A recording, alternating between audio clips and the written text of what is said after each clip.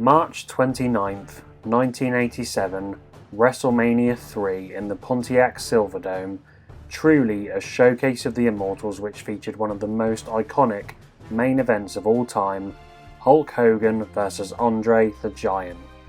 However, once the show had finished, this was not the match people were talking about.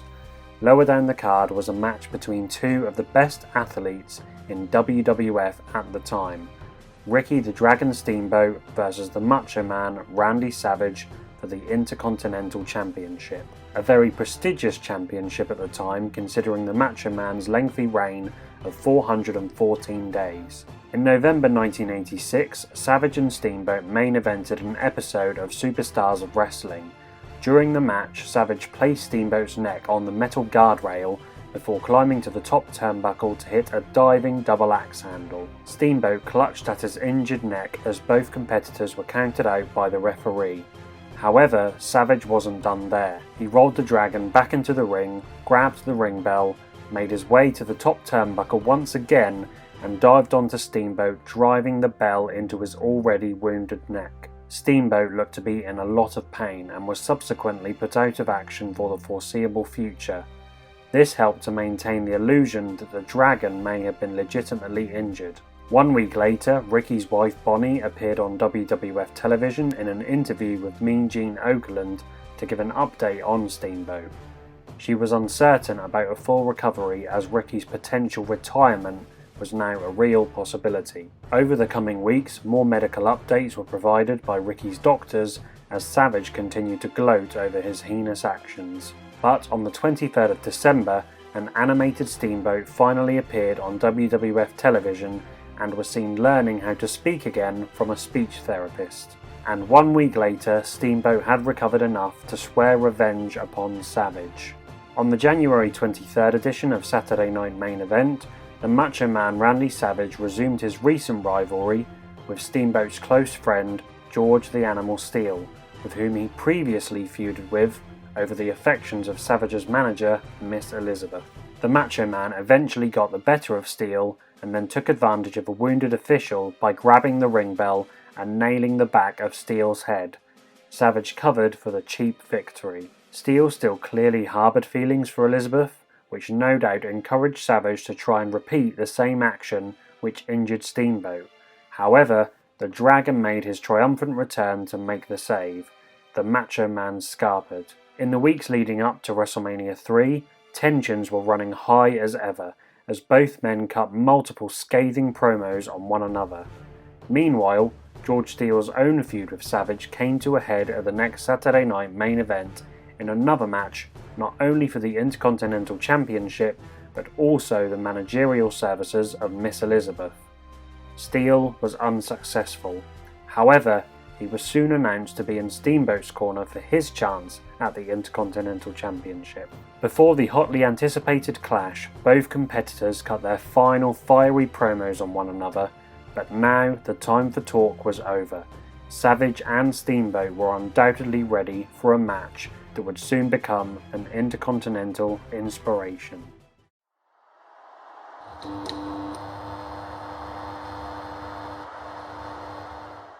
What's up, wrestling fans? My name is Aaron and this is Wrestling by Waldridge. And welcome to Season 1, Chapter 5 of Under Analysis, where in today's video I will be looking at the match between Ricky the Dragon Steamboat and the Macho Man Randy Savage from WrestleMania 3. If you're new here, welcome to the channel, and if you're returning, it's bloody great to see you again. I just wanted to give a quick shout out to Barry from Non-Stop Wrestling Chat. I was on one of his awesome podcasts last week, so I definitely recommend you go check it out and subscribe to his channel. If you enjoyed this video, please subscribe to the channel, please give it a like, give it a share across social media, and hit the notification bell to be notified when I release new videos on the channel, as well as Chapter 6 of Under Analysis, which, as always, I will be hinting towards at the end of the video, so make sure you stick around.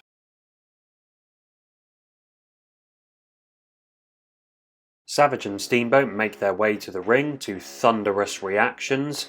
The bell rings. The two competitors lock up, break apart and then lock up again before Steamboat hits Savage with a hip toss. Meanwhile, on the outside of the ring, George Steele has moved considerably closer to Miss Elizabeth. Savage notices this, climbs out of the ring, and then moves Miss Elizabeth to the other side of the ring away from George Steele. It's great to see Elizabeth and Steele already adding depth to the story of the match. Savage rolls back into the ring and locks up with Steamboat once again. He sends him into the ropes with an Irish whip, but Steamboat quickly counters into an arm drag. Steamboat then runs the ropes, slides through Savage's legs, and then hits a second arm drag. And then we see one of the most iconic moments of this match, as Steamboat hoists Savage high into the air by his throat. Not only does this look great, it's also excellent storytelling by Steamboat to attack Savage's throat with the chokehold. Karmic justice. It is an illegal maneuver, which does seem like a strange choice for a babyface, but emotions were running high and it demonstrated Steamboat's understandable desire for retribution. Steamboat's emotions may have got the better of him, as he then followed Savage outside of the ring. The Macho Man, however, rolled back into the ring, which allowed him to hit Steamboat with a double axe handle once he re-entered. A classic heel tactic by Savage to regain some momentum. After laying in some shots, Savage proceeds to drape Steamboat's throat across the top rope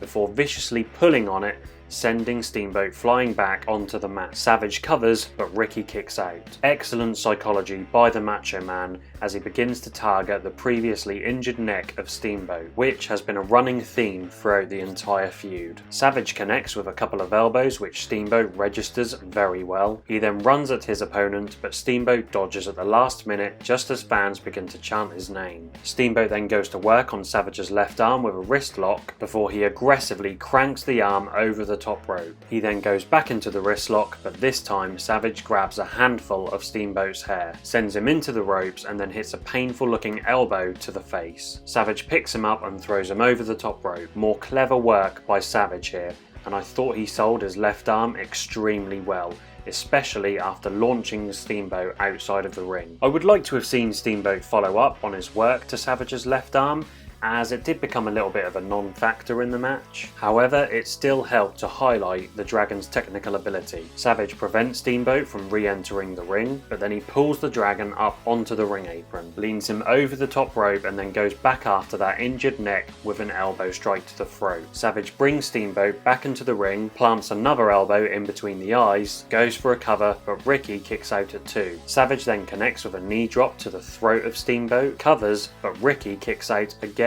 Gorilla Monsoon praises the Dragon's resilience as Steamboat begins to fight off Savage, sending him into the corner. The crowd gives a loud cheer for Steamboat as he returns some shots of his own, which then leads to Savage's arms getting tied up in between the top and the middle rope. A spot which was quite common in the 80s, but it always garnered a big reaction from the crowd. Steamboat goes to town with chops to the head, before Savage counters with a kick to the midsection, but the Dragon quickly reclaims the advantage with a running crossbody after 2 consecutive Irish whips from each competitor. Steamboat covers, but this time Savage kicks out, but he finds himself back onto the mat after another gorgeous arm drag from Steamboat, much to the delight of Monsoon. It's definitely worth noting that Ricky Steamboat's arm drags are a thing of beauty, expertly executed. Steamboat follows up with 2 shoulder tackles and a cover after each one, but Savage kicks out both times. He goes for a third, but Savage avoids it and then hits a high knee into Steamboat's upper back. The pace of this match is unbelievable, a blistering tempo which is a huge contrast to a lot of other matches from this era. Savage launches Steamboat over the top rope,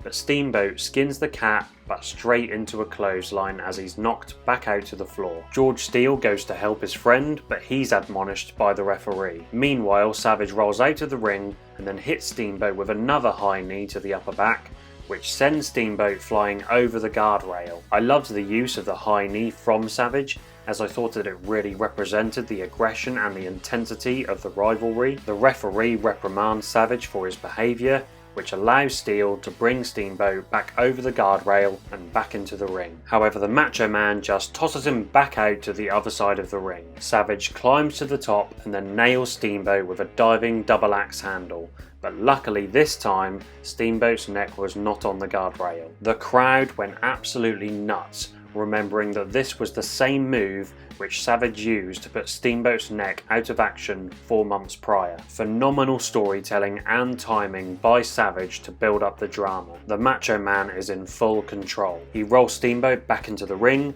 and then hits him with another diving double axe handle. Steamboat is still on his feet, but Savage knocks him down with a running elbow.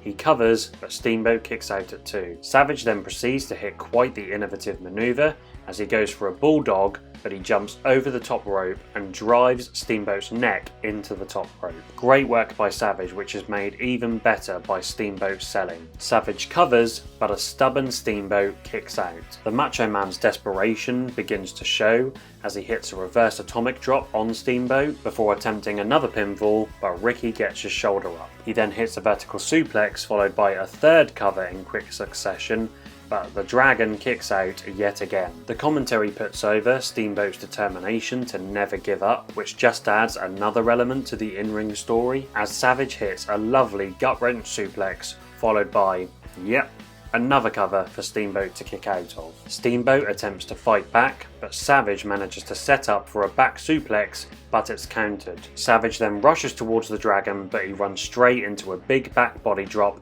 over the top rope, which receives a massive pop from the crowd. Steamboat rolls Savage back into the ring, and then he heads to the top rope to execute a diving karate chop. Steamboat covers, but Savage gets his foot on the bottom rope just at the last second. An excellent near fall which sent the fans into hysteria. Honestly, the crowd is so loud for this match, I really cannot do it justice. Steamboat Irish whips Savage and then hits a knife edge chop for another 2 count. He then nails Savage with a sequence of karate chops which eventually send Savage to the outside once again. Savage attempts the same trick from earlier by luring Steamboat to follow him back into the ring, but this time Steamboat sends his shoulder into Savage's midsection before executing a sunset flip over the top rope. 1, 2, Savage kicks out. Steamboat goes for a schoolboy cover, 2 count.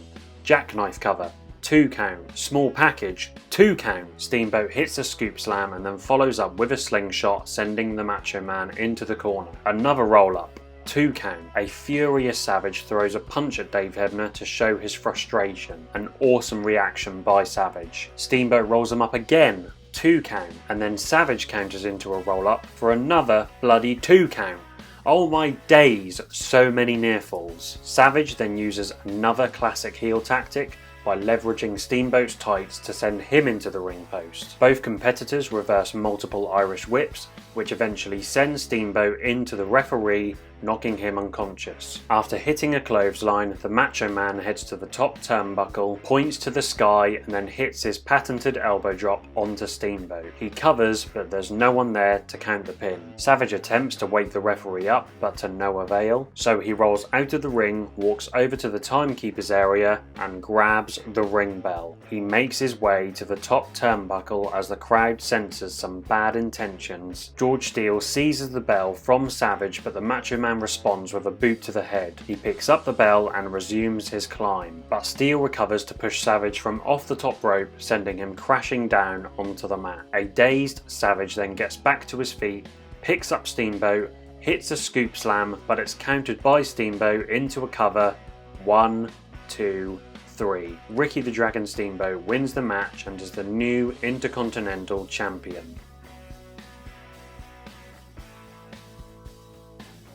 What a fantastic match. I would definitely have to give this match full marks across the board. The story of this match was incredibly multi-layered. Savage continuously relied on cheap heel tactics to keep the momentum and always stayed one step ahead of the Dragon. So Steamboat was forced to show his heart and determination to never give up, after arguably taking the majority of the offense from Savage. And credit to Ventura and Monsoon on commentary, who commended the Dragon after each kick out and each comeback attempt. I was also glad to see Steamboat's neck become a huge part of the story, as Savage always looked for more ways to inflict further damage upon it. It was absolutely genius of Savage to hit the diving double axe handle on the outside of the ring, as well as his attempts to use the ring bell as a weapon, harkening back to the story of the feud itself. And whilst George Steele wasn't featured too much in the match, it was good to see him get some retribution on Savage as well. The psychology of this match was just as great. I've already touched upon Man Savage's excellent heel work and his clever game plan to attack Steamboat's neck in the match breakdown, and in addition to this, the selling and the facial work by both competitors